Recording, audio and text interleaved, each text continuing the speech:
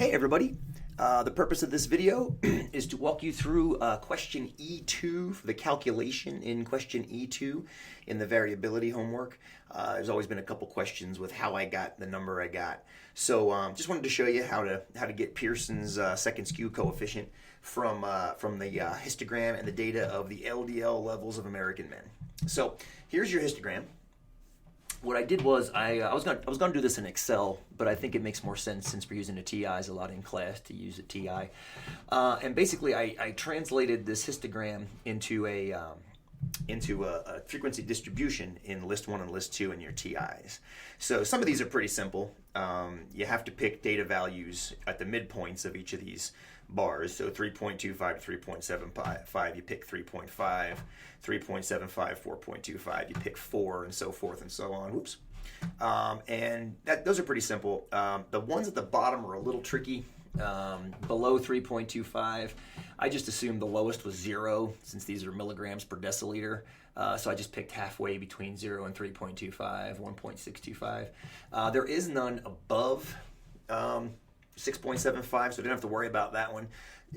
FYI, if you did have to worry about it, the easiest thing to do, I think, would just be to use the same increment you used down here and stick it above 6.75. So add the 1.625 to the 6.75 and run with that. That's a way to get around it. We didn't have to worry about it here. So there's all our data laid out for us in our frequency distribution. So once you have that data, the trick is you now have to calculate three statistics: the sample average, the median, and the sample standard deviation. And the idea is you're going to form the ratio of the difference of two and the third. So we're going to go stat, calc, 1 var stats. Now don't hit enter right now. You have to make sure to tell the TI that you want it, their data is in L1, but you've got frequencies in L2. And there are your statistics that we end up with. There's the three we need. The average is just about 5, as we knew it would be. Sample standard deviation is just about 0.72, and the median down here is a 5 exactly. Okay, which all of those are fairly clear from the graph. Now Pearson's, you have to do the average minus the median divided by the sample standard deviation. I want to show you some key shortcuts for that might make this easier for you. So the easiest thing to do is actually set up variables, which you might not realize is those variables have been saved under the vars menu.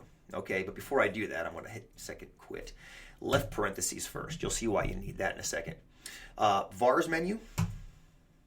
Statistics is number 5. Look at that right there, number 2. That's X bar. Now what's cool about this is when you have X bar by itself like that, you see X bar on the screen, but the TI is remembering that 4.99 blah blah blah, whatever it was. So it's got that right there in its little memory. Minus vars, statistics. Now I believe, if I remember correctly, the median is actually tucked over here in points, PTS. Yep, it's right down there at number 8. There is the difference between the average and the median. And you see now the reason why I put the parentheses on there is because I didn't want to have an order of operations goof. We're going to divide that by the sample standard deviation, vars, statistics, number 3.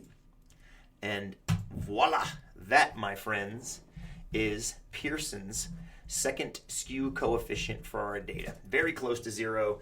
Which means that combined with the visual of the graph tells us there's not a whole lot of skew going on. Pretty symmetric, pretty unimodal, and in this case almost perfectly bell-shaped.